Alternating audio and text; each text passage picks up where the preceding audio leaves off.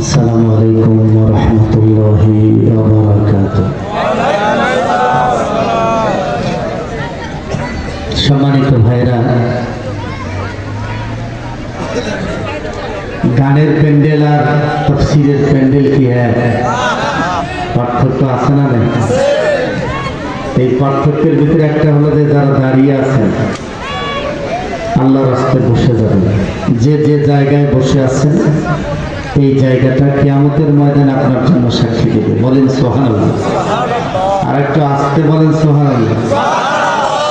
আর একটা জায়গাটা যদি চেঞ্জ করে বসতে পারেন ওই জায়গাটাও কিয়ামতের ময়দানে আপনার জন্য সাক্ষী দেবে। আর এই শেষ সময় যদি আরেকবার বসতে পারেন এই জায়গাটাও কিয়ামতের ময়দানে আপনার জন্য সাক্ষী হবে। অতএব সাক্ষী বাড়ানোর দরকার আছে না নাই? আছে না নাই? বাংলাদেশের 3 জনা সাক্ষী হলে বাংলাদেশের আসামিরা যেভাবে খালাস পায়, কিয়ামতে এই 3টি জায়গাও যদি আপনার আমার সাক্ষী হয় আপনার আমার নাজাতের ওসিলা হয়ে যাবে। বলেন সুবহানাল্লাহ। এজন্য একটু আগায় এসে এই ফাঁকা জায়গাটা পূরণ করেন ভাইজান, একটু আল্লাহর রাস্তায় পূরণ করেন ফাঁকা জায়গাটা। মা বোনেরা যারা এসেছেন আপনাদের ব্যাপারে আলোচনা পেশ করা হবে ইনশাআল্লাহ। তবে শর্ত হলো নীরবতার সাথে আজকের এই আলোচনা শুনতে হবে। যদি আজকে তাফসীর শুনতে এসে কোনো ভাই অথবা কোনো বোন যদি কথা বলেন বুঝতে হবে যে এই মহিলার মুখটা বাড়িতেও চুপ থাকে না, শুধু ঝগড়া করি বেড়ায়, ঠিক কিনা বলেন? আমি বিশ্বাস করি যে এই এলাকার মা বোনেরা ঝগড়ি নন। এজন্য আপনারা নীরবতার সাথে আপনাদের এই আলোচনা শুনবেন। আপনাদের ব্যাপারেও আমি আলোচনা করব ইনশাআল্লাহ। রাস্তায় এখনো কিছু ছেলে আছে, যে ছেলেরা হচ্ছে এরা তাফসীর শুনতে আসে নাই, এরা বিভিন্ন মেয়ে দেখার জন্য, মেয়ের মুখ দেখার জন্য আসছে, আছে না নাই? এই টোকাই মার্কা ছেলে যারা এরকম আছো, রাস্তায় একজন ছেলে আর ঘোরাফেরা করা যাবে না। হয় বাড়িতে যাও আর না হয় রহমতের প্যান্ডেলের ভিতরে ঢুকো, তা না হলে তোমাদের উপরে গজব হবে, ঠিক কিনা?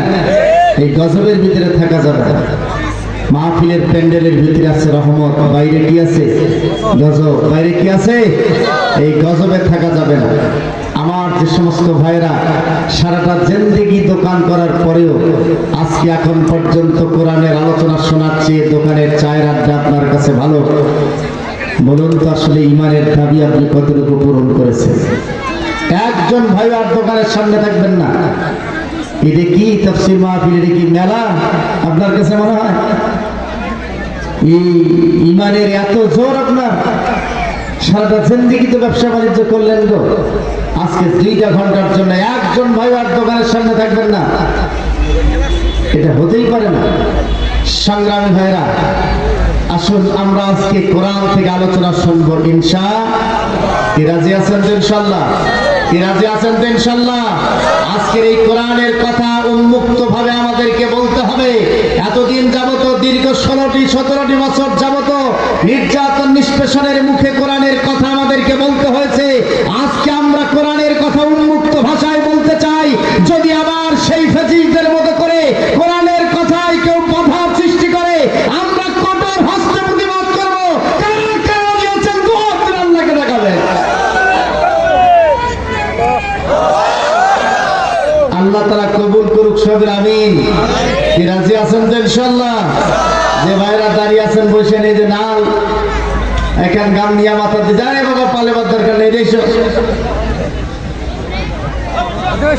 কথা হবে ইনশাআল্লাহ। কি তাকবীর তো চাংরা মারার কম নাকি দেখছি তো? কি ভাত খাচ্ছেন? তাকবীর দিবার পারেন তো? শক্তি আসে তো? লিল্লাহে তাকবীর, লিল্লাহে তাকবীর। দেখা যাক আল্লাহ ভরসা কত দূর আগা যায়। পরেন আমার সাথে আউযু বিল্লাহি মিনাশ শাইতানির রাজীম।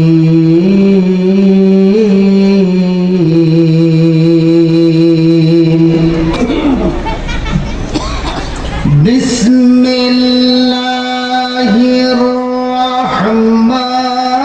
রাহমানির রাহিম।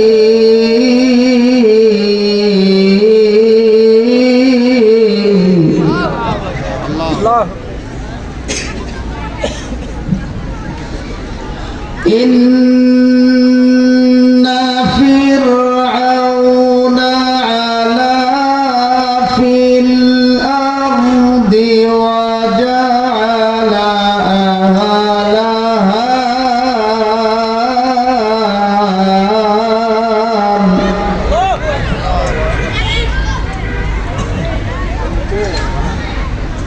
وجعل أهلها شيعا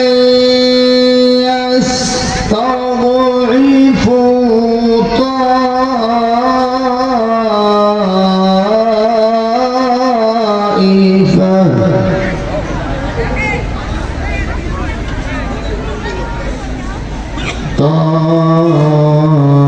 طائفة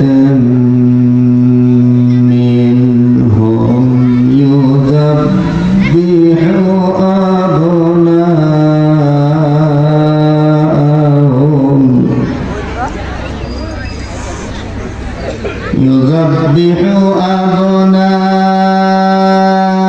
أبناءهم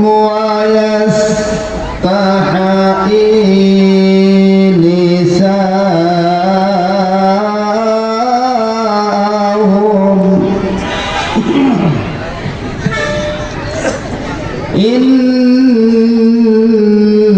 إنه كان من المفسدين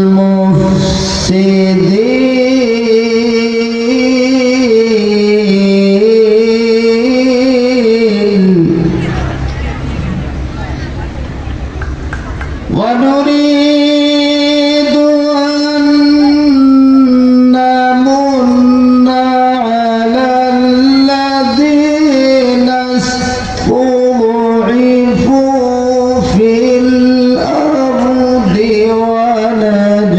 ونجعلهم أئمة ونجعلهم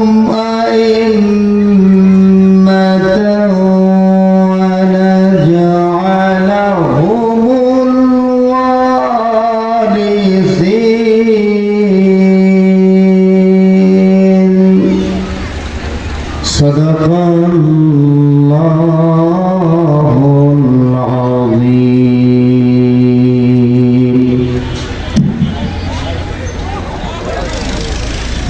সবাই জোরে সোরে একটু আল্লাহ তাআলার শুকরিয়া জ্ঞাপন করি পড়ি আলহামদুলিল্লাহ।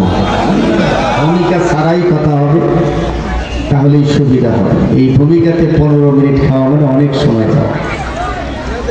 আমরা দরুদ ও সালাম পেশ করছি জনাব মুহাম্মদ রাসূল সাল্লাল্লাহু আলাইহি ওয়াসাল্লাম। আমার আজকে সূরা কাসাস থেকে আলোচনা করব। এই পৃথিবীর আগামী দিন হলো বাংলাদেশের ইসলামের বিজয়ের দিন। বলেন সুবহানাল্লাহ। কার বিজয়ের দিন? আরো জোরে বলেন, আরো জোরে বলেন। ইসলাম একবিংশ শতাব্দীর যে আগামী দিনগুলি চলছে, বাংলাদেশের এই প্রেক্ষাপট হলো আল্লাহর দ্বীনের বিজয়ের প্রেক্ষাপট। এই কথা আমার না, এই কথা কোরআন স্পষ্ট করেছে। কোরআনের আলোকে বাংলাদেশ যদি আপনি চিন্তা করেন, তাহলে বোঝা যাবে যে এই দেশ আগামী দিনে ইসলাম বিজয় লাভ করবে ইনশাআল্লাহ। আর একটু জোরে বলেন ইনশাআল্লাহ। সম্মানিত ভাইরা, বিংশ শতাব্দীতে আমরা দেখেছিলাম গোটা পৃথিবীতে ইহুদি এবং খ্রিস্টানরা এবং তাদের দোসর কিছু মুসলমান মুনাফিক শাসকেরাই গোটা পৃথিবীতে ঐক্যবদ্ধভাবে গোটা পৃথিবীর মুসলমানদের রক্ত ঝরাইছে, মুসলমানদের উপরে ষড়যন্ত্র করেছে, নিদারুণ ভাবে তাদেরকে হত্যা করেছে, রক্ত ঝরাইছে। আমরা দেখেছিলাম বিংশ শতাব্দীতে সেই সময়ে ইরানের মাটিতে মুসলমানরাই মুসলমানদেরকে মেরেছিল। আমরা দেখেছিলাম মিশরের মাটিতেই মিশরের মুসলমানরাই মুসলমানদেরকে মেরেছিল, তুরস্কের মুসলমানরাই মুসলমানদেরকে মেরেছিল, ইরাকের মুসলমানরাই মুসলমানদেরকে মেরেছিল। কারণ তারা ছিল ইহুদি এবং খ্রিস্টানদের পোষ্য গোলাম। তাদের কারণেই গোটা দুনিয়ার সমস্ত মুসলমানরা অশান্তির এক জাবানলে দাউ দাউ করে চলছিল। যখন সেই সমস্ত ভৈবর মুসলমান মুনাফিকদের বিরুদ্ধে আবার মুসলমানরা জাগ্রত হয়েছিল, মুমিনেরা জাগ্রত হয়েছিল, তখন তারা পরায়ণ করে শাহ পাহলবীর পতন ঘটে ইরাকের মাটিতে আল্লাহর দ্বীন কায়েম হয়েছে। আমরা দেখেছিলাম তুরস্কের মাটিতে কামাল আতাতুর্ক ধর্মনিরপেক্ষতাবাদের ধারক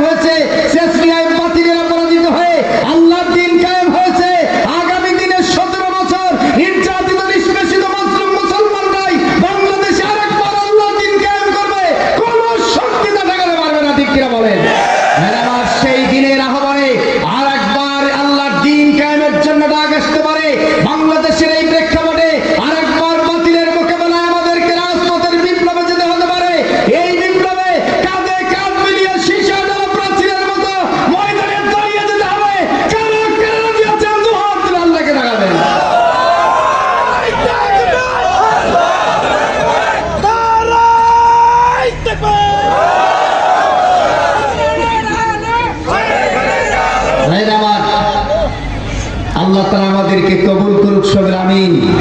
ভালো করে খেয়াল করবেন, সূরা কাসাসের দুইটি আয়াত তেলাওয়াত করেছি, 4 এবং 5। 4 এবং 5 এই দুটি আয়াত তেলাওয়াত করা হয়েছে। এর আরো কি আলোচনা করা হয়? যদি কারো খুব কষ্ট লাগে বাড়িতে তাফসীর করে দেখবেন পেয়ে যান। যদি তাফসীরের বাইরে কথা হয় বলবেন যে হুজুর এটা ঠিক হয়নি। আর যদি কোরআন থেকে হয় তাহলে কি বলবেন? কি রাজি আছেন তো ইনশাআল্লাহ? এ ভাই রাজি আছেন তো ইনশাআল্লাহ? ভাইরা আমার, সূরা কাসাস এই সূরাটি হচ্ছে কোরআনের 28 নম্বর সূরা। এই সূরা মাক্কি সূরা, 49টি আয়াত আছে, 9টা রুকু আছে এই সূরার ভিতরে। এই সূরা আল্লাহ রাসূলের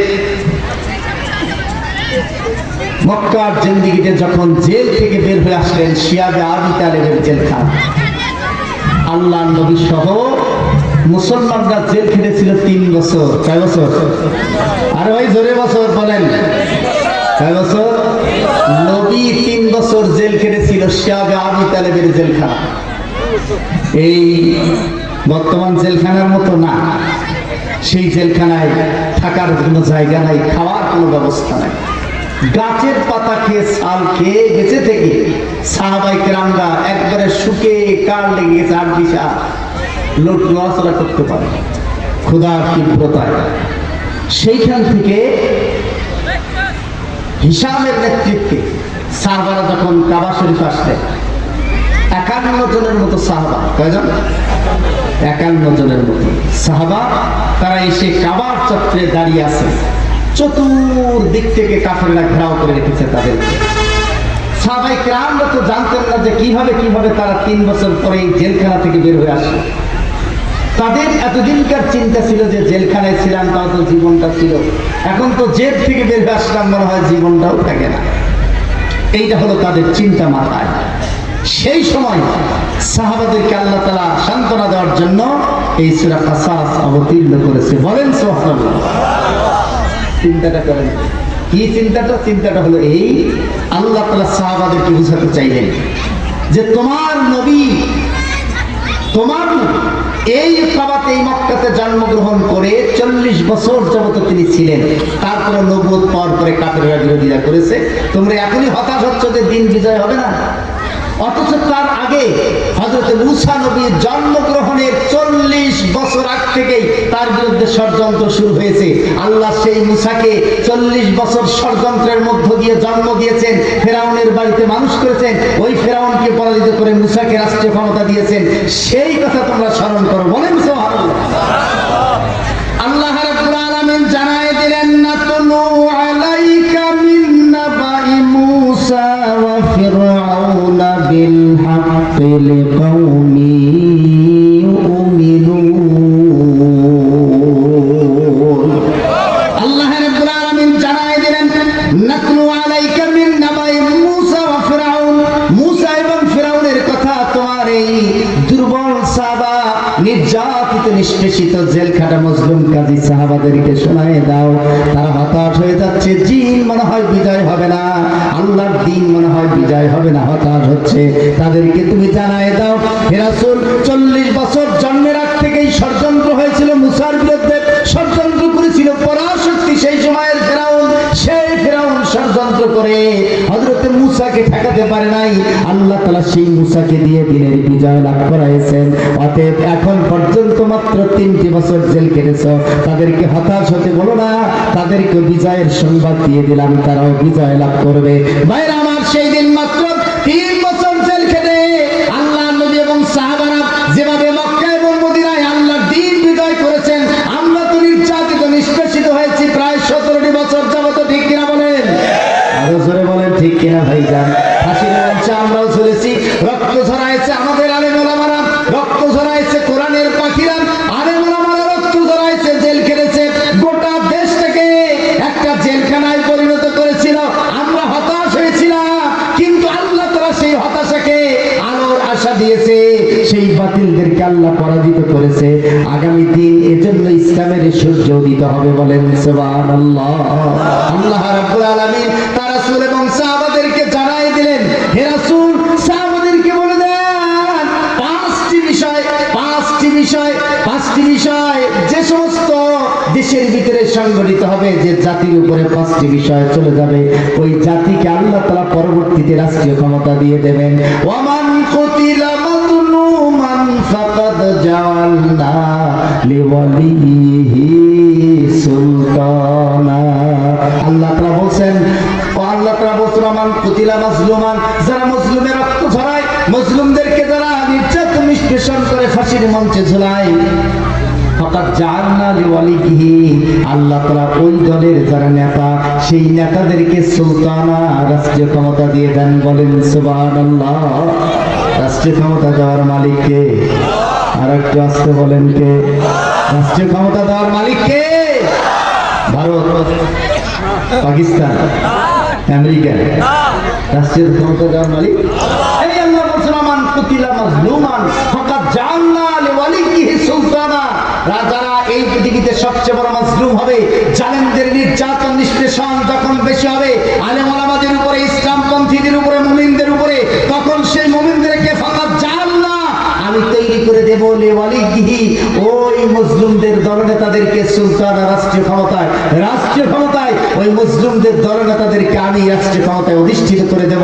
এই অঙ্গীকার কার? আর একটু জোরে বলেন কার? আরো জোরে বলেন কার? বিগত 16টি বছর যাবত আওয়ামী দুঃশাসনের সবচেয়ে নির্যাতিত নিষ্পেষিত এদেশের আলেম ওলামারা, এদেশের মুমিনেরা, এদেশের কোরআনওয়ালারা, এজন্যই আগামী দিনে এদেশে এই কোরআনওয়ালারাই রাষ্ট্রীয় ক্ষমতায় যাবে, কোন শক্তিতে ঠেকাতে পারবে না, ঠিক কিনা বলেন? আমরা সেই দৃষ্টিভঙ্গিতেই আজকের বাংলাদেশ, সেই পরিবর্তিত বাংলাদেশ, যে বাংলাদেশে আগামী দিনে এই বাংলাদেশ যারা চালাবে, সেই বিশ্ববিদ্যালয়ের ছেলেরা, ঢাকা বিশ্ববিদ্যালয়ের ছেলেরা, জাহাঙ্গীরনগর বিশ্ববিদ্যালয়ের ছেলেরা, রাজশাহী বিশ্ববিদ্যালয়ের ছেলেরা, চট্টগ্রাম বিশ্ববিদ্যালয়ের ছেলেরা আজকে ইসলামের পতাকা হাতে নিয়ে বিশ্ববিদ্যালয়গুলিতে ইসলামী বিজয় লাভ করেছে, ঠিক কিনা বলেন? যারা আগামী দিন দেশ পরিচালনা করবে, যারা ডিসি হবে, যারা এসপি হবে, যারা ইওনো হবে, যারা ম্যাজিস্ট্রেট হবে, যারা বিভিন্ন সেক্টরে বাংলাদেশকে পরিচালনা করবে, সেই দায়িত্বশীল শিক্ষিত জনগোষ্ঠী, সেই সমস্ত জাতির আগামী দিনের ভবিষ্যৎ নয়, আজকে ইসলামের ঝান্ডা সেই সমস্ত বিশ্ববিদ্যালয়ে বিজয় ছিনিয়ে নিয়ে এসেছে, ইসলামের পতাকা উড্ডীন করেছে। আগামী দিন দেশ ইসলামী পতাকা উড্ডীন হবে, ওই বিশ্ববিদ্যালয়ের মতো কোনো পাওয়ার ঠেকাতে পারবে না, ঠিক কিনা বলেন? না, ভারত মনে করছেন যে ভারত ঠেকাবে, ভারতের আর খাওয়া নেই, ঠিক কিনা বলেন? আরো যারা বলেন ঠিক কিনা? ভারত যদি একবার বাংলাদেশের উপরে চোখ রাঙায়, পাকিস্তান তার উপরে 2 বার চোখ রাঙাবে, চীন তার উপরে হামলা শুরু করবে, ঠিক কিনা বলেন? ভারতের আর সেই দিন শেষ, ওই আশায় আর বসে থাকেন না, ঠিক কিনা? আরে জোরে বলেন ঠিক কিনা রে ভাই? তাহলে একটি আয়াতের ভিতরে 5টি পয়েন্ট আছে, কয়টা? এই 5টি বিষয় যে জাতির উপরে হবে, আল্লাহ তাআলা ওই মুসলিম জাতিটাকে রাষ্ট্রীয় ক্ষমতায় দিয়ে দেবেন, বলেন সুবহানাল্লাহ। ভাইরা আমার, 1 নম্বর হলো, ভালো করে খেয়াল করেন, আমার কথা না, কথা কার? ইন্না ফিরআউনা আলা ফিল আরদি ওয়া জাআলা আহলাহা শিয়া ইয়াস্তাদঈফু তাইফাতান মিনহুম ইউযাব্বিহু আবনাআহুম ওয়া ইয়াস্তাহয়ী নিসাআহুম। আল্লাহ রাব্বুল আলামিন জানায় দিলেন, একটা দৃষ্টান্ত দিলেন, ফিরআউনের দৃষ্টান্ত। কার? আরো জোরে বলেন। ফিরআউনের দৃষ্টান্ত কে দিয়েছে? ইন্না ফিরআউনা আলা ফিল আরদ। এই ফিরআউন এই পৃথিবীতে 40 বছর একটানা রাষ্ট্রীয় ক্ষমতায় থাকার সিদ্ধান্ত নিয়েছে। মা বোনেরা যারা আছেন, আপনাদের ব্যাপারে আলোচনা করা হবে ধারাবাহিকভাবে, একটু অপেক্ষা করা লাগবে আপনাদেরকে। একজন বনোয়ার কথা বলবেন না, একটু বসুন। ভাইরা আমার, খারাপ লাগতেছে? আরো জোরে বলেন, খারাপ লাগতেছে?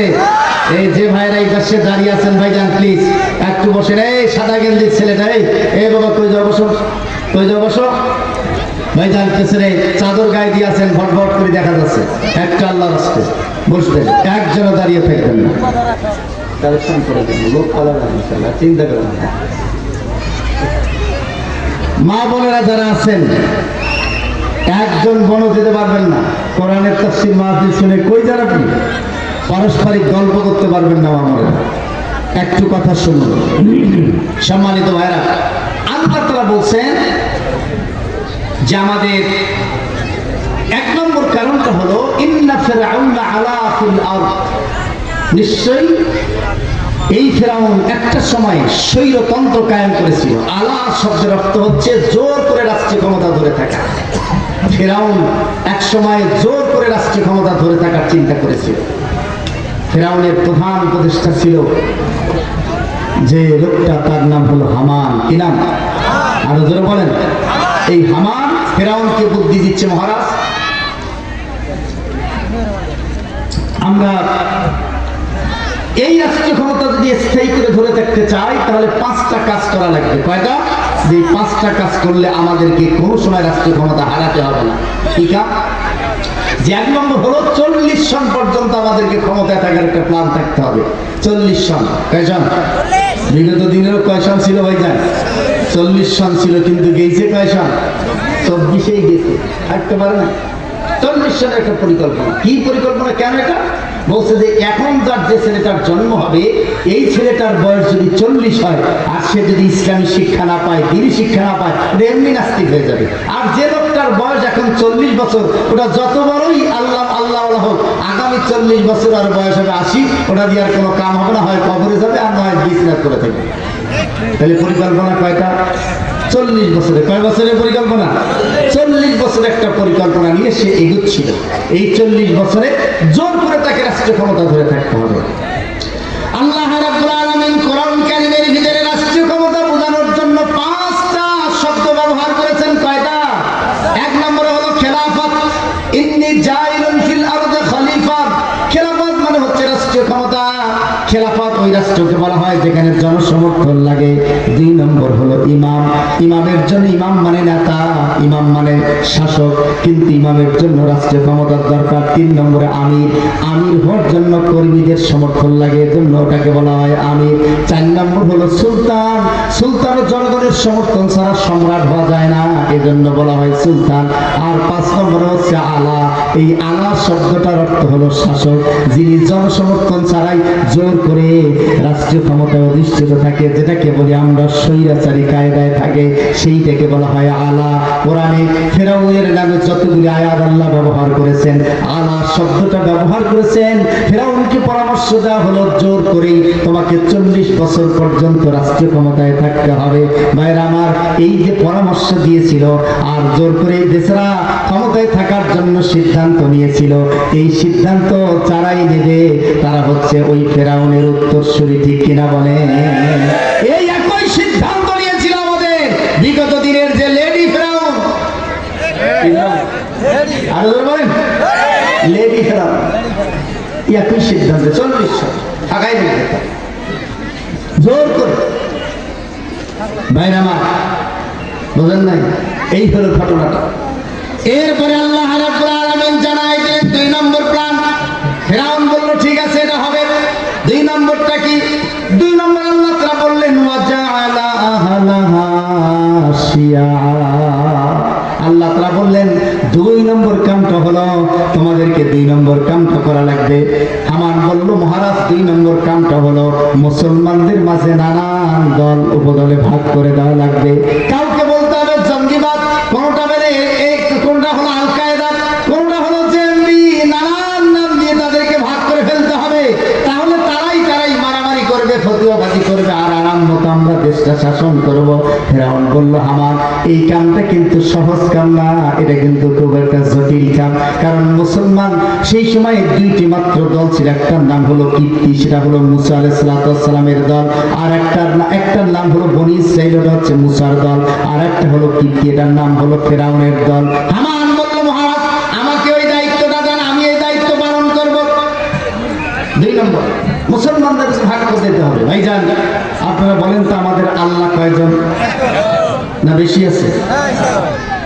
রসুল শেষ নবী কয়জন? হ্যাঁ, ওটাও একজন নাকি? কেন আমাদের সর্বশেষ কোরআন কয়খানা ভাইজান? হ্যাঁ, একখানা। এক আল্লাহর বান্দা, এক কোরআন, এক রসুল মানি, একই কোরআন মানি, তারপরে আবার ইলে কি ভাইজান? এত দল কেন, এত মত কেন? কারা করলো এই দল? কারা করলো এত মত? কারা করলো? এটার পিছনে কি স্বার্থটা আছে? মুসলমানদেরকে ভেঙ্গে ঘুরে চুরমাচার করে দিল। 100-এর বেশি দল বানালো। এই দেশের আওয়ামী লীগ মুসলমান, এই দেশের বিএনপি মুসলমান, এই দেশের জামাত ইসলামী মুসলমান, এই দেশের হেফাজত মুসলমান, এই দেশের তাবলীগ জামাত মুসলমান, এই দেশের আহলে হাদিস মুসলমান, এই দেশে হানাফি মুসলমান, নাকি?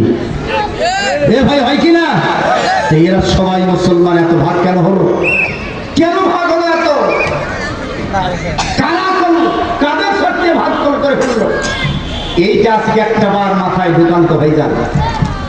এইটা ঢুকান মাথায়। এ বাবা যুবক স্যার, বাবা কি হলো তোমার? এ বাবা সব, আরে বাবা কিসের এত স্যার মানুষ পেশাব করে যেমন এ তাড়াতাড়ি আসো বাবা, দেরি করিস না, যাও যাবো না। ভাইরা আমার, ভালো করে খেয়াল করবে কেন এটা হলো, কারা করলো এটা? হ্যাঁ, আল্লাহ তাআলা কোরআনে একটা দৃষ্টান্ত দিলেন যে এই হামান যাইতে যাইতে চিন্তা করেছে যে ঘটনা তো পেয়ে আসলাম, মুসলমানদের মাঝে নানান ভাগ করা লাগবে, এখন এই ভাগটা কাট দিয়া করি।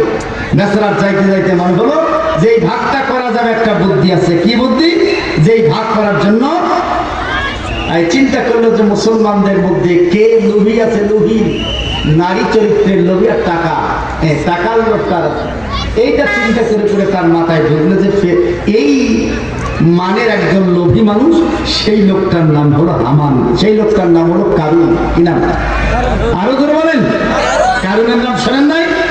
ইন্না কারুনা কানা মিন কওমি মূসা ফাবাগা আলাইহিম ওয়া আতাইনাহু মিনাল কুনুজি মা ইন্না মাফাতিহাহু লাতানু বিল উসবাতি উলিল কুওয়া।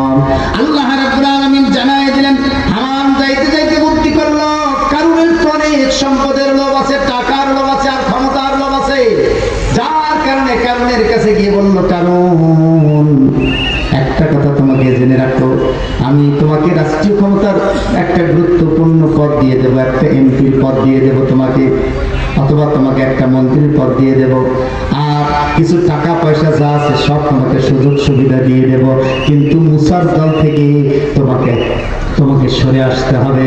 আল্লাহ তাআলা কোরআনে ওই কথাটাই বললেন, ইন্না কারুনা, নিশ্চয়ই কারুন, কানা মানে ছিল, মিন কওমে মুসা মানে মুসার দলের ইমানদার।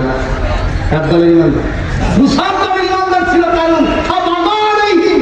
টাকার লোভে আর না ক্ষমতার লোভে কারণকে ওই যে হামান যা পটকায় করছে, তাদের হ্যাঁ কথা তো ঠিক, আমার দিবে তো ক্ষমতাটা, কোনো অসুবিধা নেই। এই ক্ষমতার লোভে আর টাকার লোভ এখনো কিছু ইমানদারের আছে না নাই? যারা টাকা এবং ক্ষমতার জন্য ইসলামটাকে বিকৃত করে, যারা বাংলাদেশে আল্লাহর দিনকে নিভিয়ে দিতে চায়, নির্বাপিত করে দিতে চায়, আল্লাহর দিনের আলেম ওলামাদের উপরে চরম নির্যাতন করে তাদের রক্তে রঞ্জিত করেছিল, তাদের পিছনেই এই সমস্ত লোকেদের আওয়াজ এখনো আছে না নাই?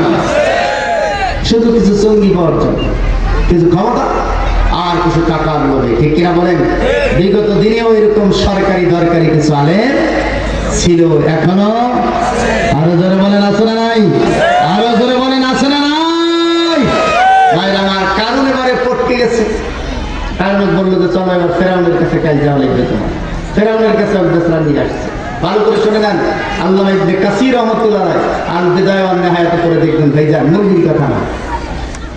ফেরাউনের কাছে আসার আগে ওই যে হামান বুদ্ধি দিছে, ফেরাউন মহারাজ এই কারুন কিন্তু আপনার এখানে আসবে, মুসলমান কারুন হক দিয়ে কিন্তু মুসার আর একটা গ্রুপ আমি তৈরি করে ফেলছি, ও কিন্তু একটু পরীক্ষা নিরীক্ষা করা দরকার। যে কি পরীক্ষা? যে পরীক্ষা যদি না করে তাহলে আবার যদি মুসার দরজা যোগ দেয় সেটা কি হবে? অতএব মুসা থেকে পার্থক্য করার জন্য যে কোনো একটা পরীক্ষা করতে হবে। যে কি পরীক্ষা? শুধু বলবেন যে মুসার চরিত্রে একটা কলঙ্ক লেপন করতে হবে। ভাইরা আমার ভালো করে শুনে নেন, কারুনকে ডেকে আনা হলো মুসা ফেরাউনের কাছে। ফেরাউন বলল, কারুন তোমাকে স্বাগতম জানাই, তুমি রাষ্ট্রের পক্ষে এসেছো, ভুলটা তোমার ভেঙে গেছে, মুসার পক্ষপাত দিয়েছে। অতএব তোমাকে একটু পরীক্ষা করতে চাই। যে কি পরীক্ষা? যে হযরতে মুসা এই লোকটাকে ঠেকানো যাচ্ছে না একটি কারণে, হযরতে মুসার চরিত্রে একটা কলঙ্ক লেপন করতে হবে, এই কাজটা তোমাকে করা লাগবে। কারণ বলল, এটা কোনো ব্যাপার নাকি, এটা আমি করে দেবো। কাজে ঠিক আছে, তাহলে এই কাজে তুমি প্রথম লেগে যাও। ভাইরা আমার, কারণ সেখান থেকে বের হয়ে চিন্তা করলো কাকে দিয়ে এই কাজটা করা যায়। ভাইরা আমার, তার চিন্তার ভিতরে আসলো সেই সময়ের একজন অসৎ চরিত্রের নারী, যার নাম হলো জুহাইরা। এই জুহাইরা তার কাছে গেল। অসৎ চরিত্র, দেহ ব্যবসা করে খায়, অত্যন্ত সুন্দরী একটা মেয়ে। এই জুহাইরার কাছে বলল, জয়রা, তোমার সারা জীবন এগুলি কাম করে খাওয়া, চরিত্র দেহ বিক্রি করে খাওয়া, এগুলি কি দরকার তোমার? অতএব আমি তোমাকে এট এ টাইম তোমার বাড়িও করে দেবো এবং তোমাকে কিছু অর্থ সম্পদ দেবো, ব্যবসা করে খাওয়া। আর জীবনে এগুলি কাম করা লাগবে না, আমার শুধু একটা কাম করে দিতে হবে। যে কি কাম? ছোট্ট একটা কাম, কোনো ব্যাপার নেই। তো বলতে কামটা হলো, তুমি খালি একটা জনসম্মুখে যেখানে হযরত মুসা বক্তৃতা দেয়, সেই রকম একটা প্রোগ্রামে গিয়ে প্রকাশ্যে তুমি বলবে যে এই মুসার সঙ্গে আমার শারীরিক সম্পর্ক ছিল। এই মুসা রাতের সময় তোমাদেরকে তাওরাতের কিতাব, দিনের সময় তাওরাতের কিতাব শোনায়, আর রাতের বেলা মাঝে মাঝে আমার ওখানে দেহ ব্যবসার জন্য যায়। বলেন নাউজুবিল্লাহ, আরো জোরে বলেন নাউজুবিল্লাহ। ভাইরা আমার, ঘটনা এরকম ঘটে গেল। এবারে সে রাজি হয়ে গেল। হযরত মুসা আলাইহিস সালাম কোন এক জায়গায় তাওরাতের বাণী মানুষদেরকে শোনাচ্ছিলেন। এই জুহাইরা তরতর করে মুসার পাশে এসে দাঁড়ায় গেল। আল্লাহর নবী হযরতে মুসা তাকে দেখে অত্যন্ত ভদ্রচিত সম্বোধন করে বললেন, বোন তুমি কেন এসেছো? বলল যে আমার কিছু কথা আছে। জুহাইরা বলল, আমার কিছু কথা আছে। হযরতে মুসা তখন পর্যন্ত বুঝতে পারে নাই যে সে তার বিরুদ্ধে ষড়যন্ত্র করার জন্য এখানে এসেছেন। ভাইরা আমার, হযরতে মুসা আলাইহিস সালাম তাকে অনুমতি দিয়ে দিলেন, ঠিক আছে তোমার কথাটা বলে দাও। অনুমতি দেওয়ার সাথে সাথে আমার আল্লাহ হযরতে জিবরিলকে ডেকে বললেন, জিবরিল রে, তুমি খুব তাড়াতাড়ি যাও, এই মহিলার মুখ থেকে আমার নবীর মুসার নামটা যেন সে উচ্চারণ করতে না পারে, তার কণ্ঠনালীটা বন্ধ করে দাও। আমার নবী তো বুঝতে পারে নাই তার বিরুদ্ধে ষড়যন্ত্রের জন্য এই নারী এসেছে, যার কারণে তাকে অনুমতিটা দিয়ে দিয়েছে হযরতে মুসার বিরুদ্ধে কথা বলার জন্য। সেই জুহাইরা বলল, ভাই সাহেব, আমি মাত্র দুইটা কথা বলবো। কয়টা? দুইটা কথা বলবো। এই মুসা নবী দিনের বেলা তোমাদেরকে তাওরাতের কিতাব শেখায়, আর রাতের বেলা আমার সঙ্গে যে ব্যবসায় লিপ্ত হয়, এই দুইটা কথা শুধু বলবে। এজন্য বলল, ভাই সাহেব, আমি মাত্র দুইটি কথা বলবো। এইটা বলতে গিয়ে যখন এসে বলছে এই মুসা, মু শব্দটা উচ্চারণ করেছে, আর সা শব্দটা উচ্চারণ করার আগেই তার কণ্ঠনালীটা হযরতে জিবরিল এসে বন্ধ করে দিলেন। আর কোনোভাবেই তার কণ্ঠ থেকে কোন রকম আওয়াজ বের হচ্ছে না, শুধুমাত্র মু শব্দটা উচ্চারণ করছে, মুসা শব্দ উচ্চারণ করতে পারতেছে না। দীর্ঘ সময় চলে গেল। জুহাইরা এবারে অনুভব করলাম তার ভিতরে আল্লাহর গজব সৃষ্টি হয়ে গেছে, গজব পড়েছে, তার কণ্ঠনালী বন্ধ হয়ে গেছে নবীর বিরুদ্ধে মিথ্যা অপবাদ দেওয়ার কারণে, যার কারণে জুহাইরা এবারে কাঁপতে শুরু করলো।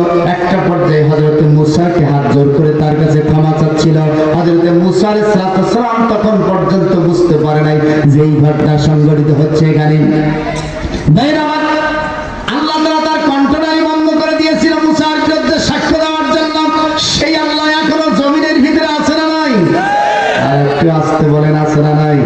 ভাইরা আমার, সেই দিন এভাবে মিথ্যা অপবাদ দিয়ে, মিথ্যা বিচার করে যারা এই মুমিনদেরকে আহত করেছিল, নিহত করেছিল, মুমিনদের উপরে মিথ্যা অপবাদ চাপাইছিল, তাদের পরিণতি ওই জুহাইরার মতো হয়েছে। এমনকি কাউরো অন্ধকোষ পর্যন্ত ফেটে গেছে। ঠিক কি বলেন?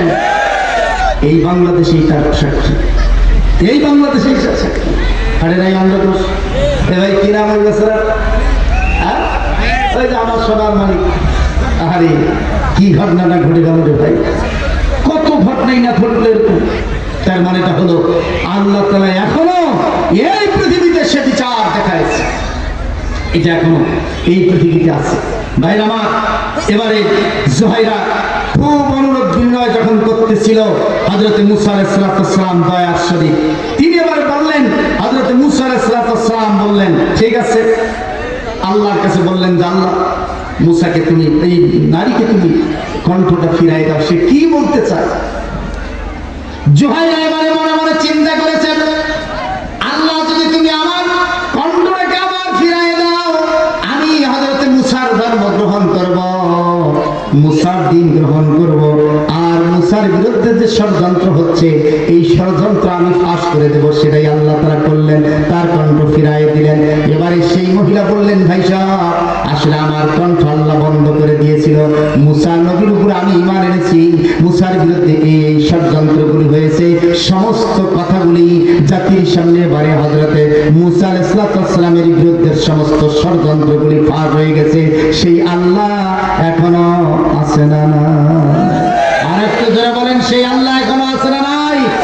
আমার বিগত 16টি বছর যাবত যায় না ঘরে খুন করেছিল, গুম করেছিল, যে নির্যাতন নিষ্পেষণ করেছিল, কারাগারে দিয়েছিল, অন্যায়ভাবে ফাঁসির মঞ্চে দেওয়া হয়েছিল, বিষ প্রয়োগ করে বিশ্ববরেণ্য আলেমদ্বীন আল্লামা সাঈদীকে মৃত্যুর দিকে ঠেলে দেওয়া হয়েছিল। সমস্ত ষড়যন্ত্র বাংলাদেশের মাটিতে আজকে প্রকাশ হচ্ছে, ঠিক কিনা বলেন? সেই আল্লাহ এখনো আছে না নাই? আবার যারা এই ষড়যন্ত্র করে এতদিন যাবত বাংলাদেশের মুমিনদেরকে জিম্মি করে রেখেছিল, আলেম ওলামাদেরকে জিম্মি করে রেখেছিল, তারা আবারও ফিরার ষড়যন্ত্র করছে। আবারও যদি ফিরতে চায়, মুসলমানদের আপনার আমার শরীরে এক ফোঁটা রক্তবিন্দু থাকতে বাংলার মাটিতে আপনাদেরকে জায়গা করতে দেওয়া যাবে না, ঠিক কিনা বলেন? কারা রাজি আছেন? দুয়া করে আল্লাহকে দেখাবেন। আল্লাহ তাআলা কবুল করুক, সকলে আমিন। তাকবীর দেওয়ার ছেলে এখনো পর্যন্ত জন্ম নেই এখানে, ভাই বিপ্লব হবে আপনাদের দিয়ে।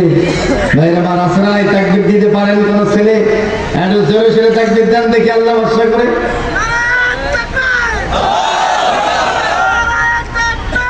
লিল্লাহি তাকবীর। মুখ যাদের আছে আল্লাহু আকবারের একবার ধ্বনি বললে আকাশ বাতাস তামলাউ মা বাইনাস সামাওয়াতি ওয়াল, আসমান জমিন নেকি দিয়ে পরিপূর্ণ হয় সেই তাকবীরের আওয়াজে। আপনি ওই বাপের নামে জয়ধ্বনি দেবেন, স্বামীর নামে দেবেন, নেতার নামে দেবেন, এই জয়ধ্বনিতে 10 নেকিও হবে না, 1 নেকিও হবে না, হবে বরং পাপ হবে। যে স্লোগানে একবার দিলে আকাশ বাতাস গোটা এলাকা একমাত্র নেকি দিয়ে পরিপূর্ণ হয়, সে আল্লাহু আকবারের তাকবীরের আওয়াজ মুসলমানদের হৃদয়, মুসলমানের মুসলমানদের বুককে উজাড় করে সাহসিকতার সাথে পুরো সচিত কণ্ঠে আল্লাহু আকবারের ধ্বনি যুবকদেরকে আরেকবার ময়দানে বের করতে হবে। লিল্লাহি তাকবীর। এইবার একটু দাগিয়েছে ভাইরা আমার। তাহলে ষড়যন্ত্র কয়টা গেল? 2টা। মোট কয়টা? 5টা ষড়যন্ত্র করেছিল। কয়টা? 5টা। ভাইরা আমার, হযরত মূসা আলাইহিস সালামের বিরুদ্ধে সমস্ত ষড়যন্ত্র সেদিন ফাঁস হয়ে গেছে।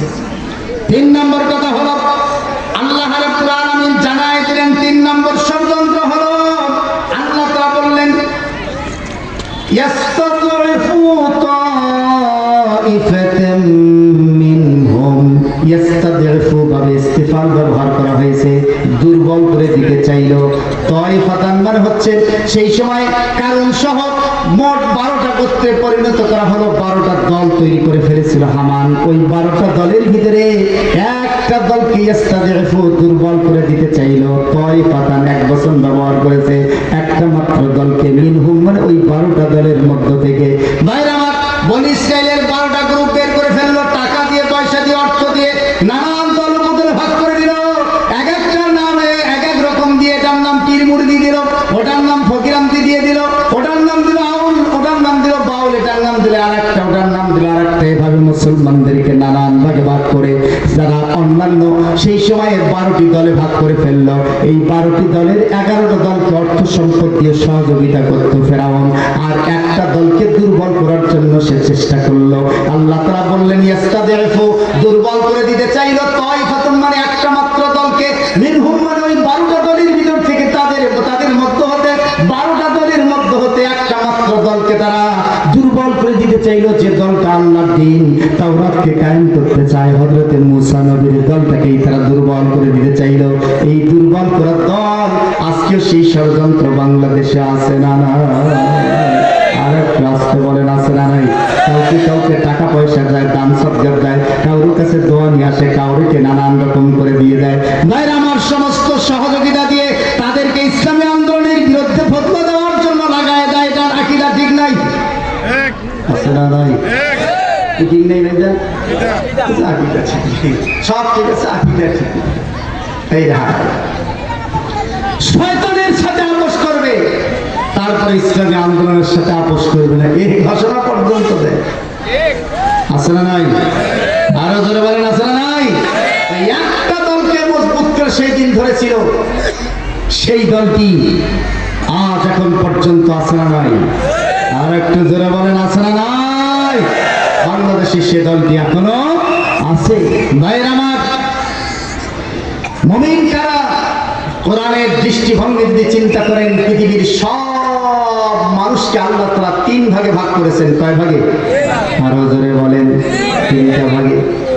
আমাদের দৃষ্টিতে গোটা দুনিয়ার বিভিন্ন ভাগ আছে, আল্লাহর দৃষ্টিতে 3টি ভাগ আছে। তার 1 নম্বর হলো মুমিন, 2 নম্বর হলো মুশরিক, 3 নম্বর হলো মুমিন মুশরিক। 3 নম্বর মুমিন মুশরিক। কয়টা হয়েছে? মুমিন হচ্ছে তিনি যিনি আল্লাহর ইবাদত করেন, যে আল্লাহর জন্য নামাজ পড়েন, যে আল্লাহর জন্য রোজা রাখেন, যে আল্লাহর জন্য হজ করেন, যে আল্লাহর জন্য কোরআন পড়েন, যে আল্লাহর জন্য টুপি দিয়েছেন, যে আল্লাহর জন্য দাড়ি রেখেছেন, ওই আল্লাহর আইন মানে, যে আল্লাহর ইবাদত করে ওই আল্লাহর আইন মানে, তারা হচ্ছে মুমিন। মুশরিক হচ্ছে তারা যারা আল্লাহর আইনও মানে না, আল্লাহর ইবাদতও করে না, এরা হচ্ছে মুশরিক। আর মুমিন মুশরিক হলো তারা যারা আল্লাহর ইবাদত করে কিন্তু আইন মানে দলে, আইন মানে ইবাদত করে, আরো ধরে বলেন, ইবাদত করে আল্লাহর, আইন মানে দলে, এরা হচ্ছে মুমিন মুশরিক। বলবেন যে হুজুর এটা করে, এটা কোরআন শরীফে আছে, সূরা ইউসুফের 106 নম্বর, সূরা ইউসুফের 100, ওয়ামা আকসারুহুম বিল ওয়ামা ইউমিনু আকসারুহুম বিল্লাহি ইল্লা ওয়া হুম মুশরিকুন। আল্লাহ বলছেন এই ভাগের কথা। আমরা অনেক মুলবি এতদিন যে ওদের খবর পাই, শরীরে তো ভেজাল আছে নাকি? এত সহজ কথা না এটা। তাহলে ভালো করে বোঝেন, আল্লাহর দৃষ্টিতে দল কয়টা? এ ভাইজান বলেন কয়টা? ওয়াজ মুখস্থ করা লিখবে, হাঁকা ওয়াজ করে অশ্বনী দেওয়া যাবে না, ওয়াজ মুখস্থ করা লিখবে। দল কয়টা? 1 নম্বর হচ্ছে মুমিন। 1 নম্বর কি? মুমিন। মুমিন কারা? যে আল্লাহর ইবাদত করে ওই আল্লাহর আইন মানে, তারা হচ্ছে মুমিন। যে আল্লাহর ইবাদত করে না, আল্লাহর আইন মানে, ওটার নাম হচ্ছে মুশরিক। আর 3 নম্বর হচ্ছে যে আল্লাহর ইবাদত করে, আইন মানে মানুষের, আইন মানে দলের, আইন মানে না তার, আল্লাহর আইন মানে না, এইটার নাম হচ্ছে মুমিন মুশরিক। আপনি কোন দলে আছেন? মুমিন। কি মুমিন দলে থাকতে চান? কারা কারা চান ভাইজান দুহাত করে দেখান তো দেখি। লিল্লাহে তাকবীর, লিল্লাহে তাকবীর, লিল্লাহে তাকবীর। আল্লাহ তাআলা কবুল করুক সবাই, আমিন। আল্লাহ যেন আমাদেরকে মুমিন হিসেবে কবুল করে, মুমিন মুশরিক হিসেবে কবুল করলে শেষ। ভাইরা আমার, ওই একটা দলের উপরে নির্যাতন নিষ্পেষণ চালানো হলো, সেটা হলো মুসার দল।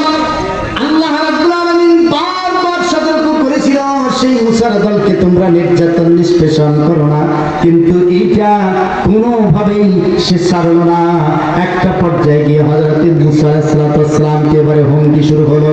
এই হুমকিটা হলো, ওয়াকালা ফিরআউনু যারুনি আকতুল মুসা ওয়ালইয়াদউ রাব্বাহু ইন্নী আখাফু আন ইউবাদদিলা দীনাকুম। আল্লাহ রাব্বুল আলামিন জানাই দিলেন, সেই দিন হযরত মুসার উপরে হুমকি শুরু হয়ে গেল তাকে হত্যা করার জন্য।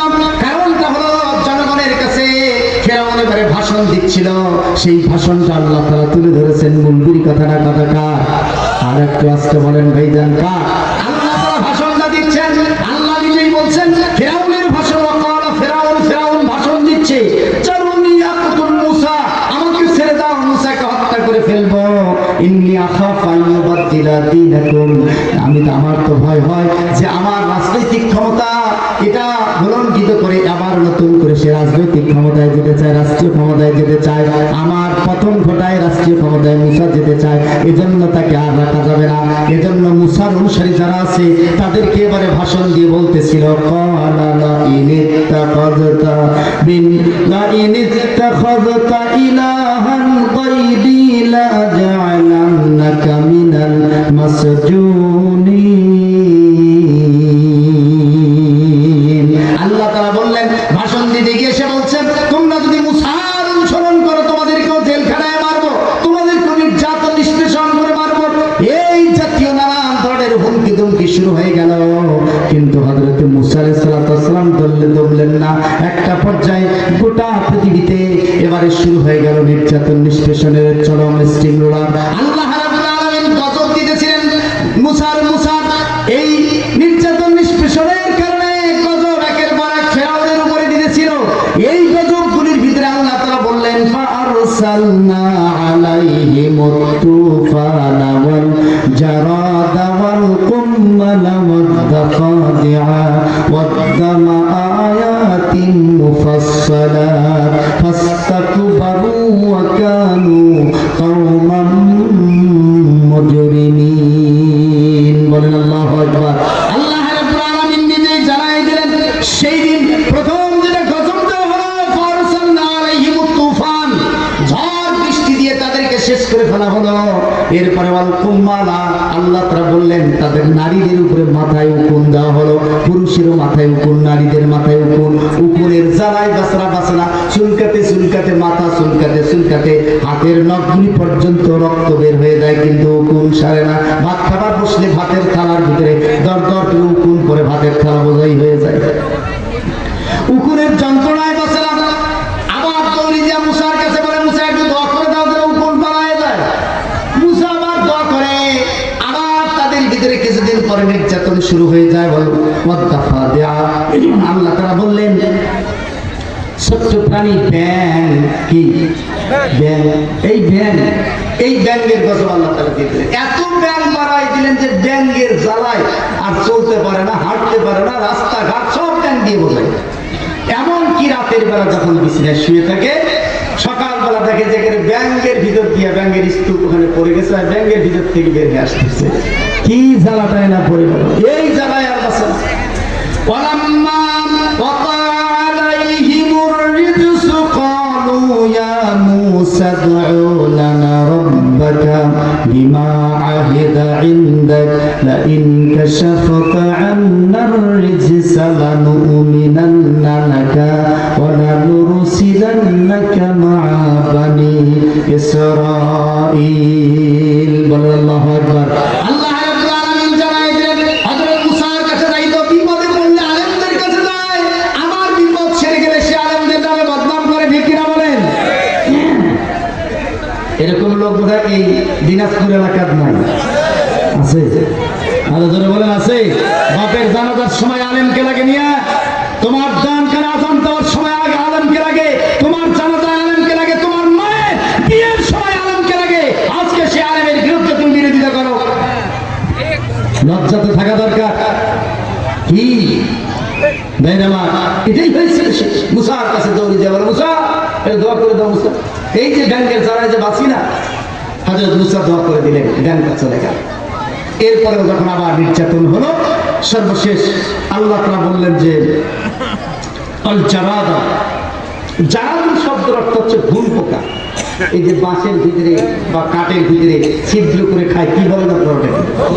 হ্যাঁ, ঘুন পোকা। এই ঘুন পোকা এত বেশি গজব হলো যে এই ঘুন পোকা রাতে ভালো লোকটা শুয়ে আছে বিছানায়, বিছানা থেকে উঠে দেখে দেখেন সব বিছানা ঘুরে খাইছে, মানে বাড়িটা গোটাল ঘুরে খাইছে। বিছানা থেকে নামতে নামতে বিছানা ভেঙে পড়াছে, বাড়ি থেকে বের হতে হতে গোটাল বাড়ি ভেঙে পড়াছে। এরকম আজকে এই গ্রাম, কালকে ও গ্রাম, গ্রামের পর গ্রাম, গ্রামের পর গ্রাম ভেঙে ছিল চুরমার, মানুষ থাকার মতো কোনো বুদ্ধি নেই। এই গজব দিয়েছিলেন কে? আরো জোরে বলেন কে? বাস্তু হারা করেছিল, ভিটা বাড়ি ছাড়া করেছিল আল্লাহ। সেই আল্লাহ এখনো আছে না?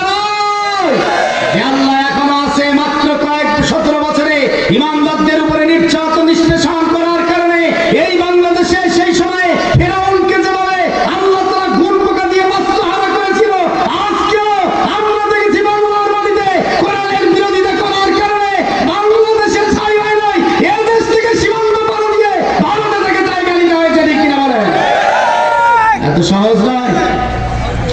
দৃষ্টান্ত দিচ্ছেন, মুলগির কথা। বাড়ি ঘর ভেঙে চলে শেষ, থাকার বাস্তবহারা হয়ে গেল। থাকার জায়গা কোথায় যাবে, কোথায় থাকবে, কোনো বুদ্ধি নেই। সে আল্লাহ এখনো আছে না নাই? এ ভাই জোরে বলেন, আছে না নাই? সে আল্লাহ এখনো আছে। ভাইরা আমার, এরপরে সর্বশেষ গজবটা হলো অদ্দামা। অদ্দামা, অদ্দাম, দাম শব্দ রক্ত হচ্ছে রক্ত। দাম মানে রক্ত। এই রক্ত পানি খায় তা রক্ত, গোসল করবে দেখে তো রক্ত, ভাত রান্না করবে তা পানি সব রক্ত হয়ে গেছে। ভাইজান, আমার প্রশ্নটা হলো, অনেক আলেম ওলামা আছেন, আল্লাহ তাআলা বিশাল বিশাল গজব থেকে এই ব্যাঙ্গের মতো গজব, উকুনের মতো গজব, তারপরে কি ঘুম পোকার মতো গজব, রক্তের মতো গজব কেন আল্লাহ তাআলা দিলেন? কি কি হয় কিনা প্রশ্ন আছে না নাই? বিশাল বিশাল গজব তো ছিল, এগুলি ছোট ছোট গজব কেন দিলেন? আমি সবগুলির ব্যাখ্যা দিতে পারবো না, কারণ সময় হবে না। একটা মাত্র বলে যাই, সর্বশেষ যে রক্ত আল্লাহ তাআলা দিয়েছিল, রক্ত দিয়ে আল্লাহ তাআলা ফেরাউনকে বুঝাতে চেয়েছিল। ফেরাউন, এই যে ছোট হুজুর, ও ছোট হুজুর বসেন, বাবু বসেন, এ দোয়া হবে একটু করে বসেন, যা যাবেন, আল্লাহ রহমত করুক সব। আমিন, আর জোরে বলেন আমিন। এই রক্তর গজবটা তাদেরকে দেওয়া হয়েছিল, কারণটা হলো ফেরাউনকে আল্লাহ তাআলা বুঝাতে চাইলেন, ফেরাউন তোমার রক্তের পিপাসা লেগেছে, ইমানদারদের রক্ত চোষো, ইমানদারদের রক্ত নেওয়া, রক্ত নিয়ে হুলি খেলো, ইমানদারদেরকে হত্যা করো, তুমি ইমানদারদেরকে ফাঁসির মঞ্চে ঝোলাও, ইমান থাকার কারণে ইমানদারদেরকে তুমি নিয়ে ক্রস ফায়ারে দাও, ইমানদারদেরকে ওই আয়না ঘরের ভিতরে ঢোকায়। কি হয়? আমি সে প্রথম যখন আয়না ঘরের কথা আসিল ভাইজান, আমরা বুঝি নি, আমি মনে করছিলাম তো ওটা ঘরের কথা চাইলে আয়না, সেই জন্য আয়না ঘরে আয়না ঘর মানে কি ওইটা? আরে কি করুন একটা অবস্থা, মাটির নিচে একটা কবরস্থানের মতো জায়গায় একটা মানুষকে বেঁধে রাখা, এইটার নাম হলো আয়না। কি নিষ্ঠুরতা, বর্বরতা! জাহিলিয়াতকে তারা ছাড়াই গেছে, ফেরাউনকে তারা ছাড়াই গেছে, ঠিক কিনা বলেন ভাইরা আমার? আবার তারা বাংলাদেশে আসতে চায়, এত সহজ না। কি আসতে দেবে বাংলার জনগণ? এত সহজ না। নির্যাতন নিষ্পেষণের চরম একটি অবস্থায় তারা পৌঁছে গিয়েছিল, যার কারণে আল্লাহ তাআলা এই কাজটা করেছে। ভাইরা আমার, তাহলে রক্তের পিপাসা লেগেছিল, যার কারণে সব রক্ত তৈরি করে দিয়েছে। ভাইরা আমার, এরপরে যখন এটা চলে গেল, তারপরে যার শিক্ষা হলো না, আল্লাহ তাআলা বললেন কোরআনের ভিতরে, ইস্তাহাই নিসাহুম, নারীদেরকে তারা ক্ষমতায়নের মসনদে বসাতে চায়। এই ফেরাউনের সময় প্রথম নারীদেরকে রাষ্ট্রীয় ক্ষমতায় বসানো হয়েছে। তার চিন্তাটা ছিল নারী এবং পুরুষ একাকার হয়ে জেনার বিচার হবে, আর সেই সাথে গোটা দেশের ভিতরে যার সন্তান পয়দা হবে। নারীর ক্ষমতায়নকে তারা প্রলম্বিত করতে চেয়েছিল। ভাইরা আমার, এই কাজটা করেছিল, এখনো সেই কাজটা আছে না নাই? মায়েরা আমার, বোনেরা আমার, ভালো করে খেয়াল করেন, এই পৃথিবীতে আল্লাহ তাআলা আপনাদেরকে সবচেয়ে বড় সম্মানিত করেছেন, মর্যাদাবান করেছেন। নারীদের চেয়ে বড় মর্যাদাবান পৃথিবীতে আর কেউ নাই। নারীরা হচ্ছে মায়ের মতো, নারীরা হচ্ছে মায়ের সম্মানে, যাদের পায়ের নিচে আল্লাহ তাআলা জান্নাত রেখেছেন। আল্লাহ নবী বললেন, ইজা সাল্লাত খামসাহা ওয়া সামাত শাহরাহা ওয়া তাবালাহা ওয়া হাফাযাত ফারজাহা। আল্লাহ নবী বললেন, চারটি কাজ যারা করবে আল্লাহ তাআলা তাদেরকে বিনা হিসাবে জান্নাত দেবেন। তার এক নম্বর হলো নামাজ যদি কেউ পড়ে। কি পড়ে? আরো জোরে বলেন, নামাজ। মায়েরা আমার, বোনেরা আমার, চারটি কাজ যদি আপনি করেন আল্লাহ জান্নাত দিবেন। তার প্রথমটাই হলো নামাজ, দুই নম্বর হলো সামাত শাহরাহা, রমজান মাসে রোজা রাখা, তিন নম্বর ওয়াতাত বালাহা, স্বামীর আনুগত্য করা, ওয়া হাফাজাত ফারজাহা, চার নম্বর হলো পর্দা করা। এই চারটা জিনিস করলে আপনাকে আল্লাহ জান্নাত দেবেন। তার প্রথমটাই হলো নামাজ। মায়েরা আমার, বোনেরা আমার, এই নামাজ আপনার হচ্ছে কিনা সেটাও একটা দেখা দরকার। ভাইজান, একটা পুরুষ মানুষ যদি এর থেকে হাফ প্যান্ট পরে, অথবা ওই যে লঙ্গি, এটাকে কি বলেন আপনারা, লেংটি পরে, নেংটি পরে না মাল কাচ্চা পরা, কি কর হ্যাঁ, নেংটি পরে। আমার ওই যে ওই দক্ষিণাঞ্চলের ধরি ভাষা। এই যে একটা পুরুষ মানুষ যদি মজবুত করে নেংটি পরে উজু করে মসজিদে নামাজ পড়তে যায়, নামাজ পরিবার দিবেন? ভাইজান দিবেন? কি তরফ হয়েছে? আরো জোরে বলেন। ফরজ তরফ হয়েছে। ফরজ তরফ হলে একজন পুরুষের যেমন নামাজ হয় না, একটা মহিলার যদি কি হলো রে বস একটা পুরুষ মানুষের যদি ফরজ তরফ হলে নামাজ না হয়, একটা মহিলার ফরজ তরফ হলে নামাজ হবে। আরো জোরে বলেন।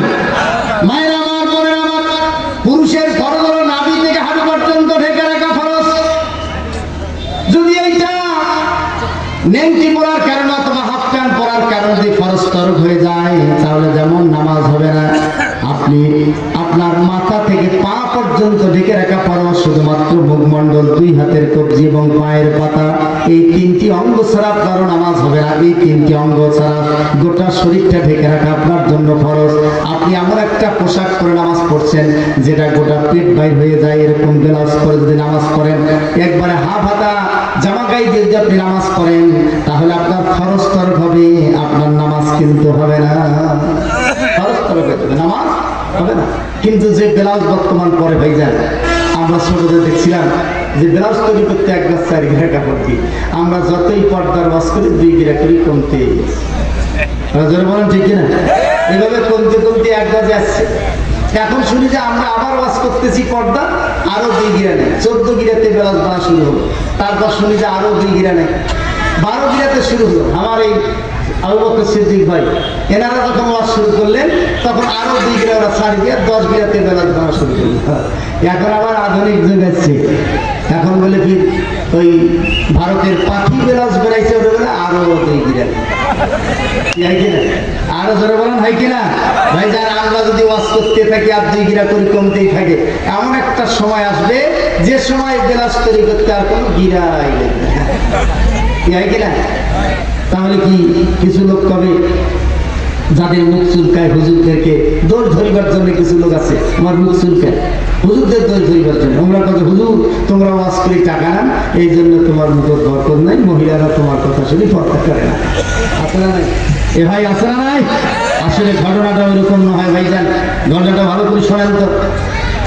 এই যে 2টা পুকুর আছে একই রকম, একজন ধরে গেছিল মেশিন পানি সেকিয়ে মাছ ধরবে, আর একজন খেয়া দেয় ভাতের থালা কান ধরে গেছে। কাঠটা আগে হবে ভাইজান, ভাতের থালা না মেশিন? এই সহজ কথাটা আজকে যুবক যুবতী, তরুণ তরুণীদেরকে বেমার্থ বানানোর জন্য 24টি ঘন্টায় ইলেকট্রনিক্স মেশিন, প্রিন্ট মেশিন, মোবাইলের মেশিন, ফেসবুকের মেশিন, ইউটিউবের মেশিন, সব মেশিন তার মাথায় 24 ঘন্টা দেওয়া হচ্ছে বেমার্থ করার জন্য, ব্যয়াপনা করার জন্য। আর মূলবি ওইখানে এসে মাত্র মাসে বছরে 1 বা 2 ঘন্টা ওয়াজ করবে, আর মনে করবেন যে পর্দা করবে না, অসম্ভব। কারণ ওই মেশিনগুলি মৌলবীর হাতে, মৌলবীর দখলে নাই। মৌলবী পানি সেকতেছে ভাতের থালা দিয়ে, আর ওনারা পানি ঢালতেছে মেশিন দিয়ে, ঠিক কিনা বলেন? আমাদেরকে পর্দা করাতে গেলে মা বোনদেরকে ওই মেশিন আমাদের দখলে আনতে হবে, ওই মেশিন আমাদের দখলে আরো জোরে বলেন আছে? আজকে ক্ষমতা আমাদের দখলে নাই। আজকে এই এতগুলি আমার জীবনে যত বছর, আজ প্রায় 30 বছর যাবত ওয়াজ করেছি, আমার সিনিয়র অনেকে আছেন যারা এরকম দীর্ঘদিন যাবত পর্দার ওয়াজ করেছে, শত বছর ধরে বাংলার মাটিতে পর্দার ওয়াজ হচ্ছে। আমরা বাস্তব অবস্থাটা দেখলাম, যতই ওয়াজ করি ততই 2 গিরা করি পর্দা কমে, পর্দা বাড়ে না। কারণ ওয়াজ দিয়ে এটা সম্ভব নয়, এটা রাষ্ট্রের ব্যাপার। যদি আজকে রাষ্ট্র একটা মাত্র আইন করতে হবে পর্দা কোনো নারী, এই দিনাজপুর শহরের কান্তজির এলাকার মধ্যে নগ্ন হাফ হাতা ব্লাউজ করে ঘুরতে পারবে না, পেট পিট বাইর করে বেপর্দায় চলতে পারবে না। যারা চলবে তাদেরকে মামলা দেওয়ার দরকার নাই, হামলা করার দরকার নাই, ফাঁসির মঞ্চে ঝুলানোর দরকার নাই। শুধুমাত্র লজ্জা দেওয়ার জন্য একদিন পুলিশ প্রশাসনকে দিয়ে তাদের পেটে আলকাতরা লাগাই দিলে, তারপরের দিন আর এই দিনাজপুর এলাকা সহ গোটা দেশে একটা বেপর্দা নারী পাওয়া যাবে না, ঠিক কিনা বলেন? কিসের দরকার? পাওয়া রাষ্ট্রীয় ক্ষমতার দরকার। ইসলাম এই পৃথিবীতে এসেছে রাষ্ট্রীয় ক্ষমতা গ্রহণের জন্য, যেটা আজকে বাংলাদেশে আল্লাহর দ্বীন কায়েম নাই, বাংলাদেশে মানুষের আইন কায়েম আছে। 72-এর সংবিধান আজকে বাংলাদেশে চালু আছে। এই 72-এর সংবিধান আজ বাংলাদেশের 54টি বছর স্বাধীন হলো। এই স্বাধীনতায় 3টি দল এখন পর্যন্ত বাংলাদেশের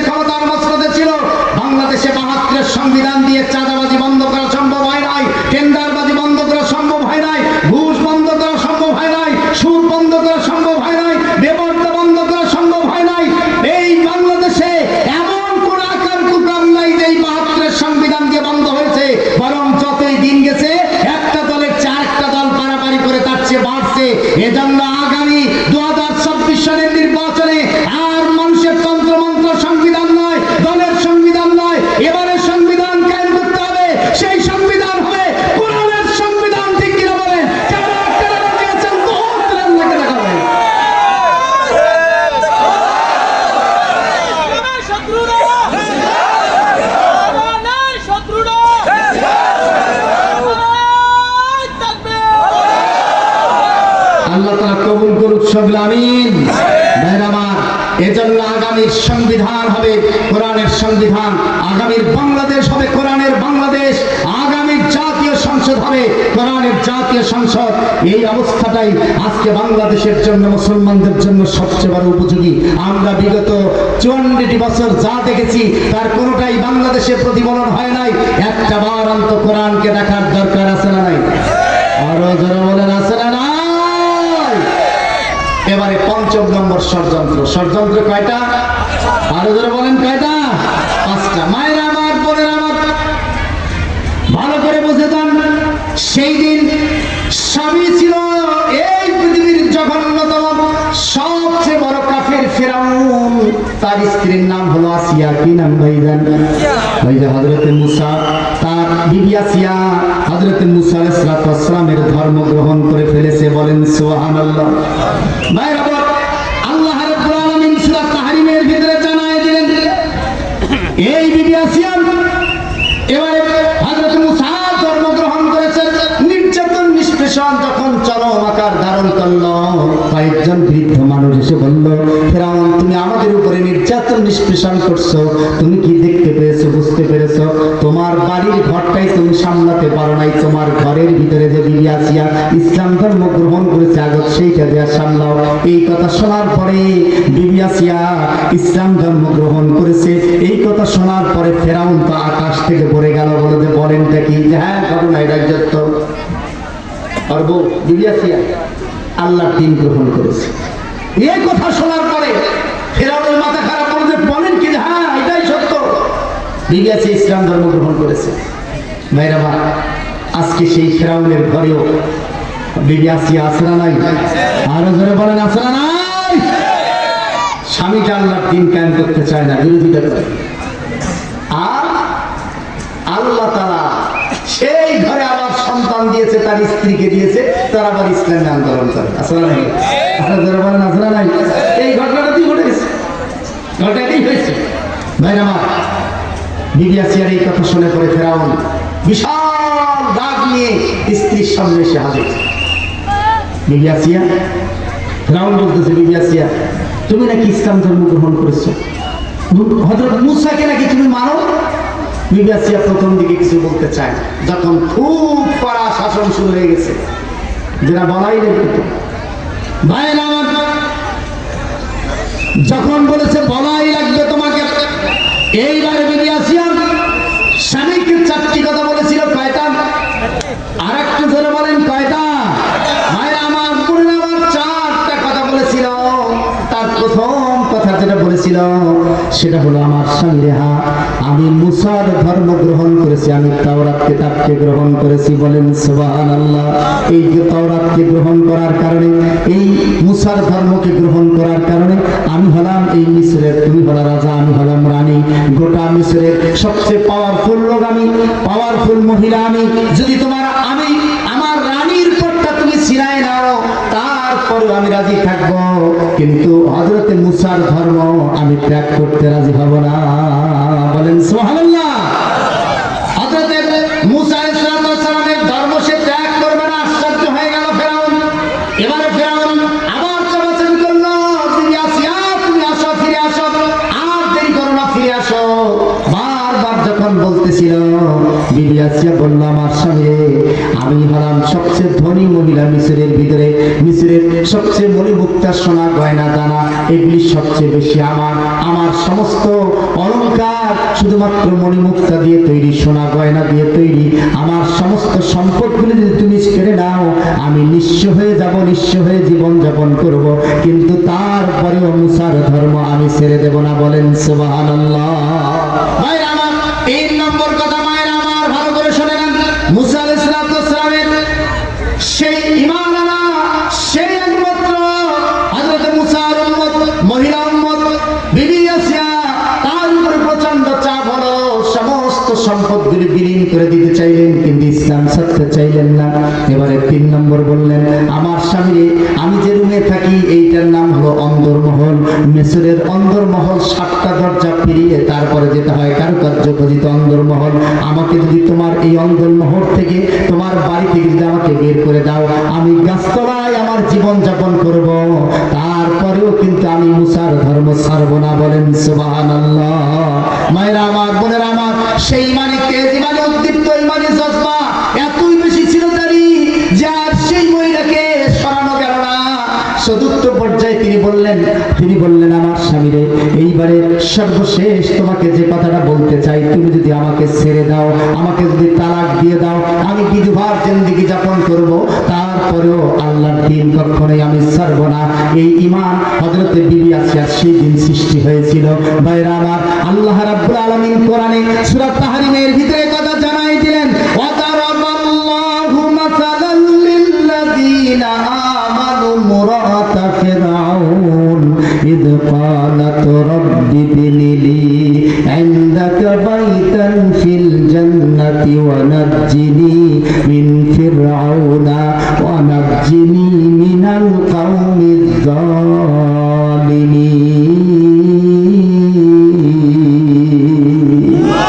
আল্লাহ রাব্বুল আলামিন জানাই দিলেন, সেই দিন বিবি আসিয়া হযরত মুসা আলাইহিস সালামের ব্যাপারে বিবি আসিয়া বললেন, আমার স্বামী, আমি যদি বিধবার জিন্দেগি যাপন করি, তারপরে মুসার ধর্ম আমি ত্যাগ করব না। এবারে তার উপরে নির্যাতন শুরু হয়ে গেল। ভাইজান, জল্লাদ নিয়োগ করা হলো। সেই জল্লাদ হযরত বিবি আসিয়াকে আস্তে পৃষ্ঠে বেঁধে এই টেবিলের উপরে তার হাতটা রাখতো, আর এই হাতের আঙ্গুলগুলির উপরে এক একটা আঙ্গুলের উপরে সুচ ঢুকানো হতো। এই সুচ যখন ঢুকানো হতো, প্রেক ঢুকানো হতো, লোহার প্রেক যখন ঢুকানো হতো, তখন বিবি আসিয়া আত্মচিৎকার করে আল্লাহু আকবার বলে গোটা শরীরটা তার কেঁপে উঠতো। তার 5টা আঙ্গুল এভাবে সাজরা করা হলো, দরদর করে রক্ত পড়তেছিল। বিবি আসিয়ার এই চিৎকার আকাশ বাতাস প্রকম্পিত হচ্ছিল। এইভাবে তার 2টি হাতের 10টা আঙ্গুল সাজরা করা হলো, আর এক একটা করে আঙ্গুল সাজরা করা হয়। আর বিবি আসিয়াকে বলা হয়, বিবি আসিয়া, এখনো সময় আছে, বলো তুমি ফিরে আসো, মুসার ধর্ম তুমি ত্যাগ করো। কিন্তু কোনো কথা বলে না। এইভাবে তার পায়ের আঙ্গুলগুলির ভিতরে প্রেক ঢুকানো হলো। পায়ের 10টা আঙ্গুলে প্রেক ঢুকালো। 10টা আঙ্গুলের প্রেক ঢুকানোর কারণে পাটাও ঝাঁঝরা হয়ে গেল। ভাইরা আমার, মা বোনেরা আমার, হাত পায়ে ভাবে ঝাঁঝরা হয়ে গেল। আত্মচিৎকার করে জ্ঞান হারায় লুটায় পড়তো। আবার যখন জ্ঞান ফিরে আসতো, তখন জল্লাদ আবার তার উপরে নির্যাতন শুরু করতো। এইভাবে নির্যাতন নিষ্পেষণ করে আয়না ঘরের মতো করে বিবি আসিয়াকে ক্লান্ত করে দিত। বেশ কিছুদিন এভাবে চলে গেল। একটা পর্যায়ে বিবি আসিয়াকে শাস্তি দেওয়ার জন্য এরকম একটা টেবিল নিয়ে এসে, তক্তা নিয়ে এসে, তক্তার উপরে লোহার শুকনো প্রেকগুলি, লোহার সূচালো প্রেকগুলি সেই ফ্যানের গাড়া হলো। এক একটা তক্তার ভিতরে শত শত প্রেক গাড়ায়। ওই সূচালো মাথাগুলি প্রেকের যেদিকে আছে, সেই দিকে বিবি আসিয়াকে চিৎ করে শোয়ায় তার হাত এবং পাকে বেঁধে রাখা হলো।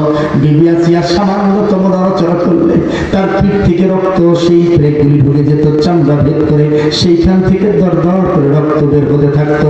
বিবি আসিয়া দেখলো তার শরীরের রক্তগুলি ফোটায় ফোটায় এভাবে বের হয়ে গোটা শরীরটা নিঃশেষ হয়ে যাচ্ছে।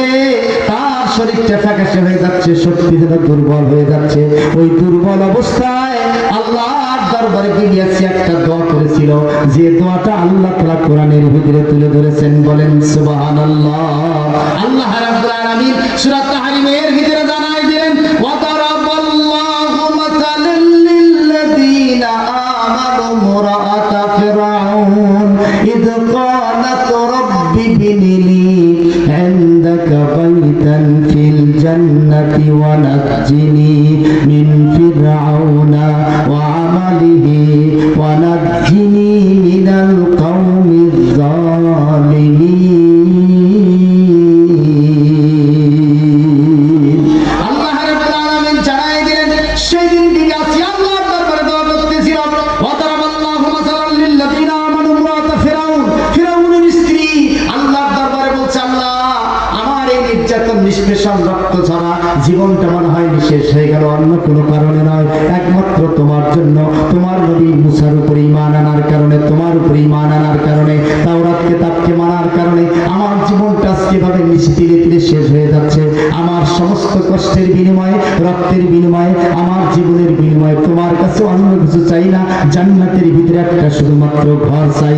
রব্বি ইবনি লি ইনদাকা বাইতান ফিল জান্নাহ, আল্লাহ তুমি জান্নাতের ভিতরে আমার শুধুমাত্র একটা ঘর করে দেবে। এই দোয়াটা করলো। আল্লাহ রাব্বুল আলামিন হযরতে জিবরিলকে বললেন, জিবরিল রে তুমি যাও, আমার বান্দি বিবি আসিয়া যে নির্যাতন নিষ্পেষণ সে রক্ত ঝরায় আমার দিনের জন্য সহ্য করেছে, এর কারণে আমি তাকে একটা জান্নাতের ঘর দিয়ে দিলাম। বলেন সুবহানাল্লাহ। আর একটু জোরে বলেন সুবহানাল্লাহ। এই জান্নাতের ঘর চান? আর একটু বলেন আপনারা এই জান্নাতের ঘর চান? কর্মফল কি কি? আমরা তো জান্নাতের ঘর চাচ্ছি ভাই, জানো ওই সুন্নত লবণ খাওয়া সুন্নত, মিষ্টি খাওয়া সুন্নত, কোরমা পোলাও খাওয়া সুন্নত, না ওই লাগবে। জান্নাত পেতে গেলে রক্ত ঝরাতে হবে দিনের জন্য, দিনের জন্য ভাইরা আমার, দিনের জন্য রক্ত ঝরাতে হবে। আল্লাহ তাআলা যখন বললেন বিবি আসিয়া, জিবরিল এসে বলল, আসিয়া তোমার তো আল্লাহ কবুল করেছে, তোমার জন্য জান্নাত আল্লাহ ঘর বরাদ্দ দিয়েছে। আর একটু আসতে বলেন সুবহানাল্লাহ। আর একটু জোরে বলেন সুবহানাল্লাহ। ভাইরা আমার, আল্লাহ রাব্বুল আলামিন জান্নাতের টিকিট বেচা বিক্রি করেন।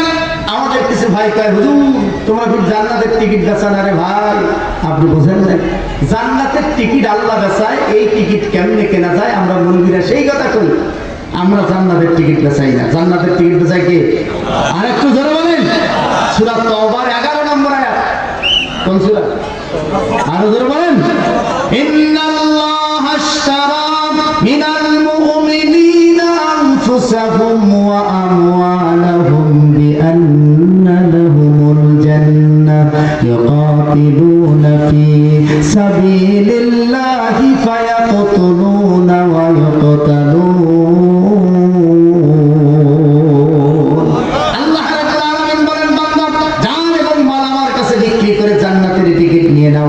ইন্নাল্লাহা আশতারা মিনাল মুমিনিনা, মুমিনদের কাছ থেকে আল্লাহ তাআলা কিনে নেন আনফুসাহুম ওয়া আমওয়ালাহুম, তার জান এবং তার মাল, বিআন্না লাহুমুল জান্নাহ, আল্লাহ তাআলা এর বিনিময়ে জান্নাতের টিকিট দিয়ে দেন। বলেন সুবহানাল্লাহ। ভাইরা আমার, বাটা হরফে জার মোকাবেলা অর্থে এখানে ব্যবহার হয়েছে, টিকিট অর্থে ব্যবহার হয়েছে, মানে বিনিময়। এখানে টিকিট মানে বিনিময়, এই মানে বিনিময়, মোকাবেলা। যারা আরবি গ্রামার করেন দেখবেন ভাইটা, আল্লাহ জান্নাতের টিকিট বেচাইছে। ওই টিকিট কেমনে কেনা যায় সেইটা আমরা কয়াতে ইউকাতিলুনা ফি সাবিলিল্লাহি ফায়াকতুলুনা ওয়া ইউকতালুনা। এই টিকিট কেনার জন্য, আল্লাহর দ্বীন কায়েমের জন্য বাস্তব ময়দানে চলে যাও। যে ময়দানে গিয়ে এই দ্বীনের টিকিট তুমি কিনতে পারবে, সেই ময়দানে গিয়ে আল্লাহর দ্বীনের টিকিট খোঁজো। সেটাই হচ্ছে ইসলামী আন্দোলন, জিহাদের ময়দান, আল্লাহর আইন কায়েম করার ময়দান, ইকামত দ্বীনের ময়দান, খেলাফতের দ্বীনের ময়দান। সেই ময়দানে গিয়ে এই টিকিট কেনা বেচা হয়, সেখানে যা। এই পরামর্শ আমার না আল্লাহ, আল্লাহর পরামর্শ আমার। আমরা দিলেও কিছু লোকের গায়ে যাবে, আছে না নাই? আর ধরে বলেন আছে না নাই? ভাইরা আমার, এবারে বিবি আসিয়া এই দোয়া যখন করলেন, হযরত জিবরিলকে বিবি আসিয়া বললেন, জিবরিলকে বললেন, জিবরিল আল্লাহ তো জান্নাতের ঘর আমাকে দিয়েছে। আল্লাহ যদি যেখানে সেখানে জান্নাতের ঘর আমাকে দেয়, আমি কিন্তু ওই ঘর নেব না। আল্লাহ ওই জান্নাতের ঘর নেব না। হযরতে জিবরিল আশ্চর্য হলো, বললেন যে আমি কি এটা বলতে পারবো না যে আপনাকে কোথায় ঘর দেবে? বললেন যে আপনার আল্লাহকে বলেন যেখানে সেখানে ঘর দিলে সেই ঘর বিবি আসিয়া গ্রহণ করবে না। হযরতে জিবরিল বললেন, আল্লাহ তোমার এই বান্দি তো অনেক উলট পালট কথা বলে। যে কি কথা বলে? যে জান্নাতের যেখানে সেখানে ঘর দিলে সেই ঘর তিনি অ্যালাউ করবে না, সেই ঘর নেবে না। তাহলে কি হবে? আল্লাহ তাআলা বললেন জিবরিলকে, জিবরিল আসিয়াকে জিজ্ঞেস করে দেখো তো কি ঘর সে চায়। আসিয়া এবারে বললেন, ইনদাকা বাইতান ফিল জান্নাহ রাব্বিবনি লি ইনদাকা বাইতান ফিল জান্নাহ। ইনদাকা শব্দটা আল্লাহ তাআলা যুক্ত করেছেন। ইনদাকা শব্দটা না বললে আল্লাহ তাআলা পারতেন রাব্বিবনি লি বাইতান ফিল জান্নাহ বললেই পারতেন, কিন্তু ইনদাকা শব্দটা আল্লাহ তাআলা যুক্ত করেন। আল্লাহ তাআলা জানাতে চাইলেন, সেই দিন বিবি আসিয়া বলল, আল্লাহ আমাকে জান্নাতের ভিতরে ঘর দিতে হবে। ইনদাকা বাইতান ফিল জান্নাহ, তোমার সবচেয়ে কাছের ঘর যেটা, তোমার সবচেয়ে নিকটের ঘর যেটা, সেই ঘর দিতে হবে। হযরতে জিবরিল বললেন, আল্লাহ তোমার বান্দি বলেছে তুমি যেখানে থাকবে তোমার কাছে সবচেয়ে নিকটের জান্নাতটাই তাকে দিতে হবে, জান্নাতের ঘরটাই দেখে দিতে হবে। আল্লাহ জিবরিলকে বললেন, জিবরিল তুমি তাকে জিজ্ঞেস করো তো আমার কাছের ঘরটাই কেন বিবি আসিয়া চায়।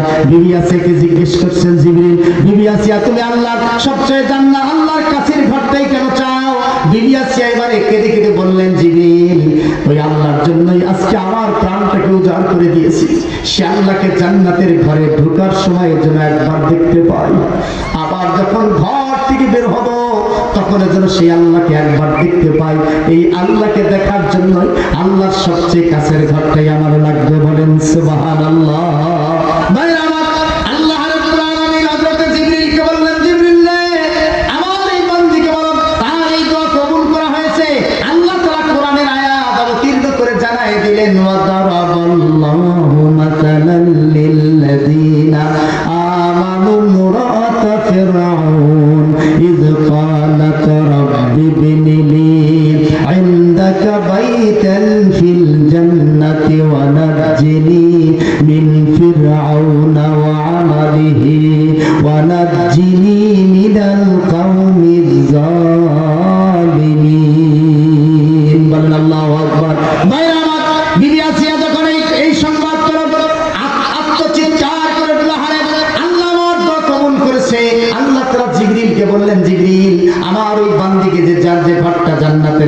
সেই ঘরটা দেখায় দাও। হযরতে জিবরিল হযরতে বিবি আসিয়ার জীবনে এখনো মরে নাই, বেঁচেই আছে। সেই বেঁচে থাকা লোকটাকে জান্নাতের ঘরটা দেখায় দিলেন, নুল ওয়াল মারজান দিয়ে সুসজ্জিত। হযরতে বিবি আসিয়া যে ঘরে থাকবে সেই জান্নাতের ঘরটা তাকে দেখানো হলো। জান্নাতের ঘরের এই অবস্থা দেখার পরে তার মনের অবস্থাটা এমন হয়ে গেল, বিবি আসিয়ার আনন্দাত্মহারা হয়ে গেল, এমন আনন্দাত্মহারা হয়ে গেল, বিবি আসিয়ার আর কোনো অনুভূতি নাই। জান্নাত এবারে তাকে মারে, তাকে কষ্ট দেয়, তাকে শাস্তি দেয়। বিবি আসিয়া এবারে হাসতে থাকে, মুস্কি হাসে, সে আর আত্মচিৎকার করে কান্নাকাটি করে না।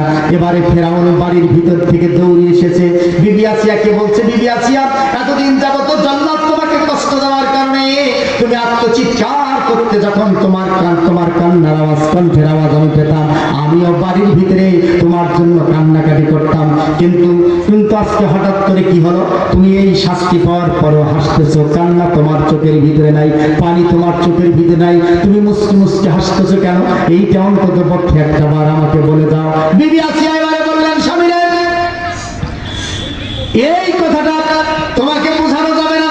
কারণটা হলো তোমার এই নির্যাতন নিষ্পেষণের কারণে আল্লাহ যে জান্নাত আমাকে দিয়েছে, যে জান্নাতের ঘর দিয়েছেন, সেই জান্নাতের ঘর আমি দেখেছি।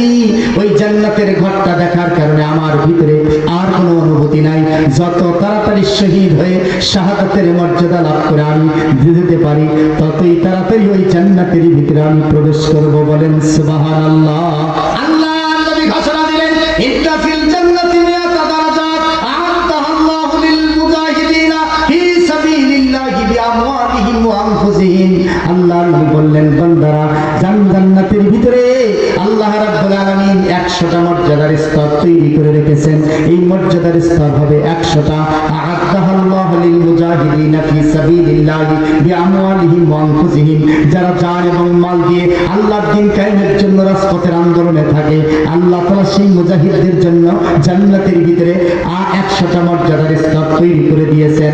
আল্লাহ রাব্বুল আলামিন কোরআনের সূরা নিসার 95 নম্বর আয়াতে আল্লাহ তাআলা জানায় দিলেন, লা ইয়াস্তামিল মুজাহিদিনা মিনাল মুমিনিনা গায়রা উলিদ দারার ওয়াল মুজাহিদিনা ফি সাবিলিল্লাহ। আল্লাহ তাআলা বললেন, বসে থাকা হুজুর আর ওই মুজাহিদ, এই দুইজনের মর্যাদার পার্থক্য জান্নাতের ভিতরে অনেক হয়ে যাবে। ওই হুজুর একটা মর্যাদা থেকে আরেকটা মর্যাদার সমান্ত হবে। যেমন আমাদের দেশের একজন মেম্বারের চেয়ে চেয়ারম্যানের মর্যাদা অনেক বেশি, চেয়ারম্যানের চেয়ে উপজেলা চেয়ারম্যানের মর্যাদা বেশি, উপজেলা চেয়ারম্যানের চেয়ে এমপির মর্যাদা বেশি, এমপির চেয়ে মন্ত্রীর মর্যাদা বেশি, মন্ত্রীর চেয়ে প্রধানমন্ত্রীর মর্যাদা বেশি, তার চেয়ে প্রেসিডেন্টের মর্যাদা বেশি, তার চেয়ে কিন্তু আর নাই, মাত্র কয়েকটা স্তর আছে। ভাইরা আমার, আপনি যদি এখন বলেন যে প্রধান প্রেসিডেন্টের সঙ্গে কথা বলতে চাই, পারবেন নাকি? আরো জোরে বলেন, পারবেন নাকি?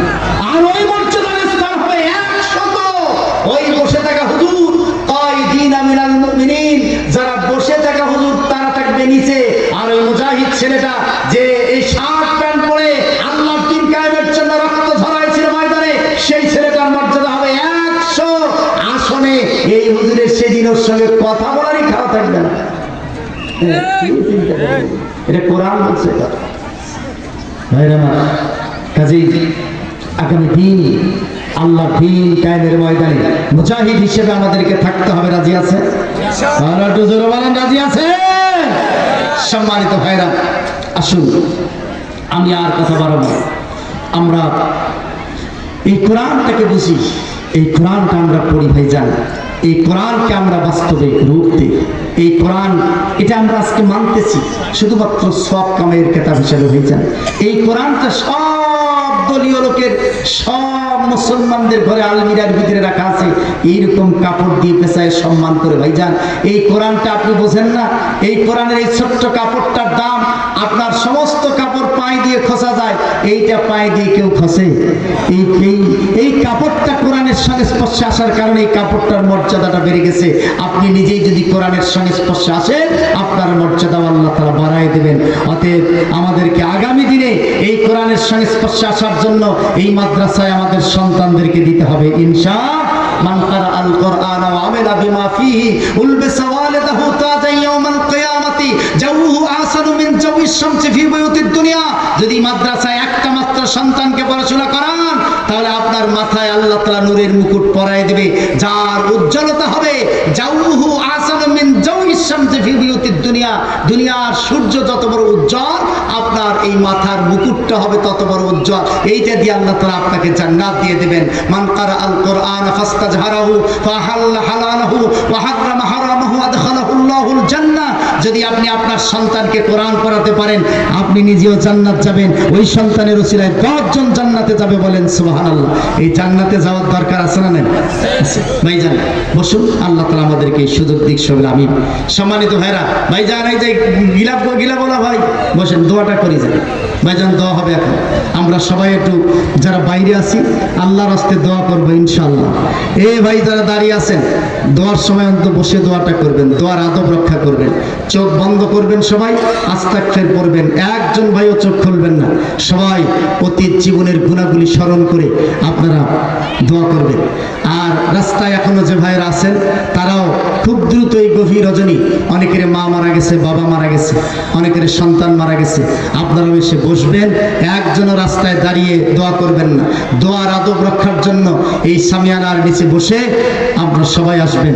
সম্মানিত ভাইরা, এই দোয়ার জন্য চক্ষু বন্ধ করে সবাই আমরা ইস্তিগফার করি। আস্তাগফিরুল্লাহ রাব্বি, পড়েন আস্তাগফিরুল্লাহ রাব্বি মিন কুল্লি যামবি ওয়া আতুবু ইলাইহি লা হাওলা ওয়ালা কুওয়াতা ইল্লা বিল্লাহিল আলিয়্যিল আযীম। পড়েন সবাই, যে ভাইরা দাঁড়িয়ে আছেন বসেন। আস্তাগফিরুল্লাহ রাব্বি মিন কুল্লি যামবি ওয়া আতুবু ইলাইহি লা হাওলা ওয়ালা কুওয়াতা ইল্লা বিল্লাহিল আলিয়্যিল আযীম। আল্লাহুম্মা সাল্লি আলা মুহাম্মাদিন ওয়া আলা আলি মুহাম্মাদ কামা সাল্লাইতা আলা ইব্রাহিম ওয়া আলা আলি ইব্রাহিম ইন্নাকা হামিদুম মাজিদ। আল্লাহুম্মা বারিক আলা মুহাম্মাদিন ওয়া আলা آل محمد كما باركت على إبراهيم